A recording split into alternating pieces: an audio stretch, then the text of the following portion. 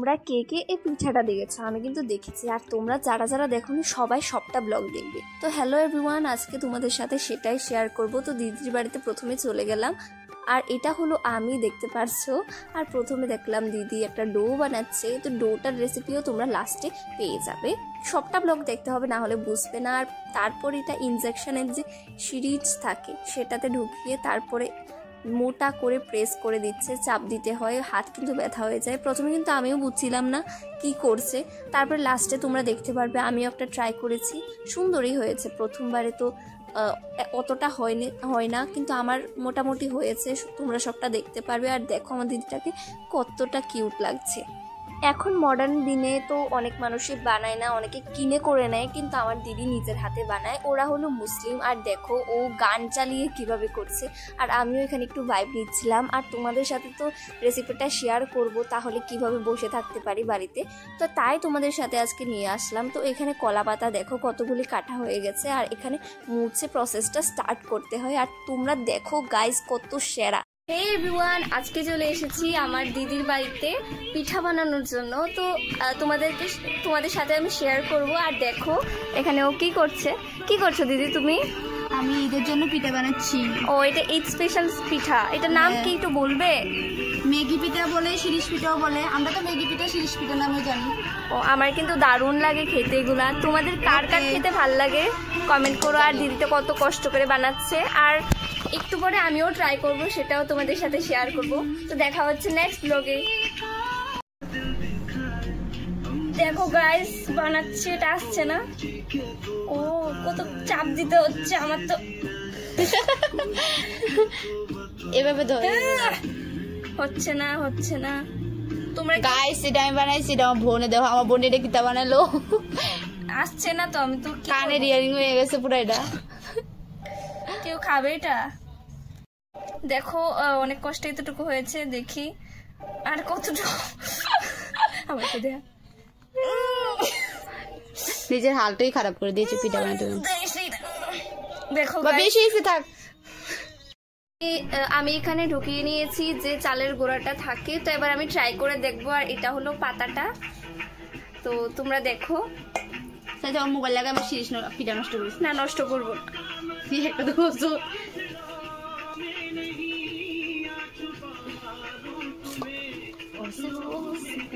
হচ্ছে না গাইস, কি করবো?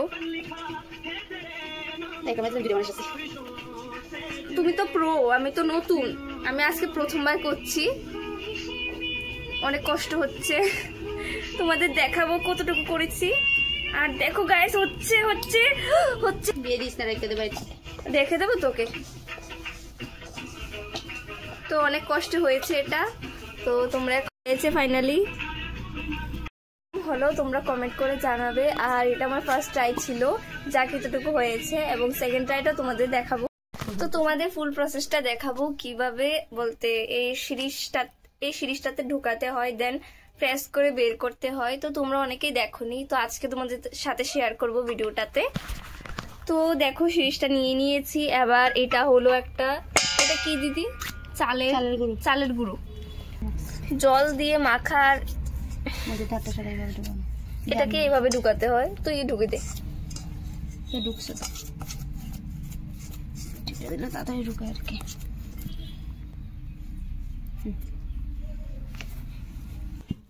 তো দেখো এবার এটাকে আমি এইভাবে দিয়ে দেবো, তারপরে এভাবে প্রেস করতে হবে। তো অনেক কষ্টে ধরেছি মোবাইলটাকে, তোমরা দেখো অনেক কষ্ট হবে গাইস। অনেক জোরে টিপ দিতে হয়। পড়া লোক না ঘুরেছে আর কি। মুদ্রা দিস না, সাইডে মুদ্রা দিস না, সাইডে দে গাইস। ফাইনালি হয়েছে। আরো টিপবো না, তারপরে ও এটা সবটা বের হবে নাকি? পুরো শিরিষ খাবে, সাইডে দে, সাইডে ভেঙে যাবে নালে পিঠার। এই সাইডে দে, হ্যাঁ এই সাইডে দে। যে জায়গায় একটু ফাঁকা ফাঁকা লাগবে ওই তো সুন্দর দিচ্ছে। আমার টমেটো দিচ্ছে কত টিপে করা দিস। তো পিঠার রেসিপিটা তোমাদের কিরকম লাগবে একটু জানাবে। আর আমার থেকে তো ভালো লেগেছে, কারণ আমি অনেক সুন্দর করে পেরেছি, কিন্তু আমার থেকে প্রো হলো এই দিদিটা। অনেক ভালো করে বানাতে পারছে। আমারটা 1 ঘন্টা লাগলে, আমার একটা বানাতে বানাতে ও 5টা 6টা বানিয়ে নেয়। তো দেখো সবগুলো বানানো হয়ে গেছে, কিন্তু ও আবার গুলছে, আবার লাগবে। তোমাদের দেখায় এখানে 5টা যে আছে সবগুলো আমি বানিয়েছি। তো এই 5টা কিরকম হয়েছে তোমরা বলবে, আর প্রথম ট্রাই ছিল কিরকম হলো তোমরা একটু জানাবে। দেখা হচ্ছে নেক্সট ব্লগে, বাই।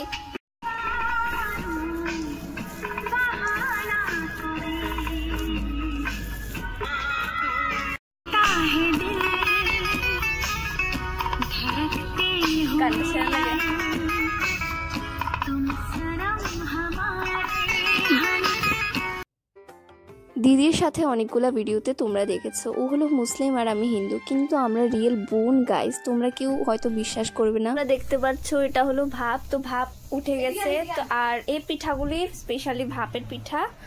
আর এবার দেখবে তোমরা কিছুক্ষণের মধ্যে কিভাবে পিঠাগুলিকে দেওয়া হয়। আমিও অবশ্য দেখিনি এখন পর্যন্ত। আর দাঁড়াও তোমাদের তোলানোটা দেখাই। দেখো উঠিয়ে নিচ্ছে দিদি। কতগুলি, কয়টা টোটাল হয়েছে একটু বলবি? 77 বলতে 77টা পিঠা হয়ে গেছে গাইজ একটু সময়ের মধ্যে। তারপরে এগুলা রোদে শুকিয়ে নিতে হয়। আর তোমরা সবাই আমাকে সাবস্ক্রাইব করে দিও এরকম ইউনিক ভিডিওর জন্য। আর